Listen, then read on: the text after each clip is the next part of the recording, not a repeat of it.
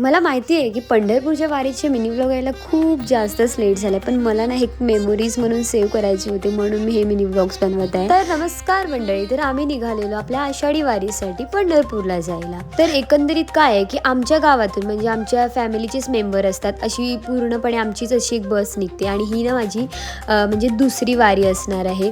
तर आम्ही असं खूप छान असं देवाची गाणी, भजन, असं हरिपाठ वगैरे म्हणत म्हणत आम्ही पंढरपूरच्या दिशेने निघत होतो. खूप छान असं मस्ती मजा, सगळेजण नाचत होते, सगळेजण एकदम आनंदाने अशी वारी करतात ना, खरंच खूप भारी वाटते आणि सगळेजण एकत्र असतात तर खरंच इतकं सुंदर वाटते ना.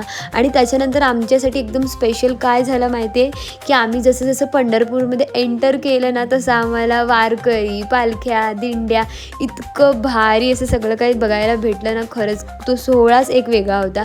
आणि तिथे नंतर पंढरपूरमध्ये इतकं सुंदर सजावट वगैरे केलेली होती. मग आम्ही आमच्या रूम जिकडे घेतलेले सो तिकडे येऊन पोचलो आणि मग रात्री आम्ही तिकडे रेस्ट वगैरे केला आणि सकाळी सकाळी छान असे रेडी झालो आम्ही पांडुरंगाच्या दर्शनासाठी जायला. आम्ही ना म्हणजे आषाढी एकादशीच्या एक दिवस अगोदरच दर्शन घेतलेलं.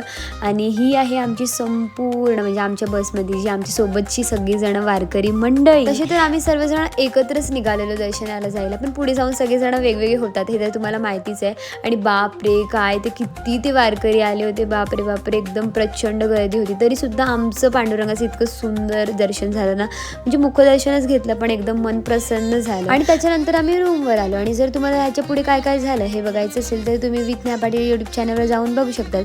नंतर आपल्या नेक्स्ट मिनी ब्लॉगचं वेट करा. Bye bye.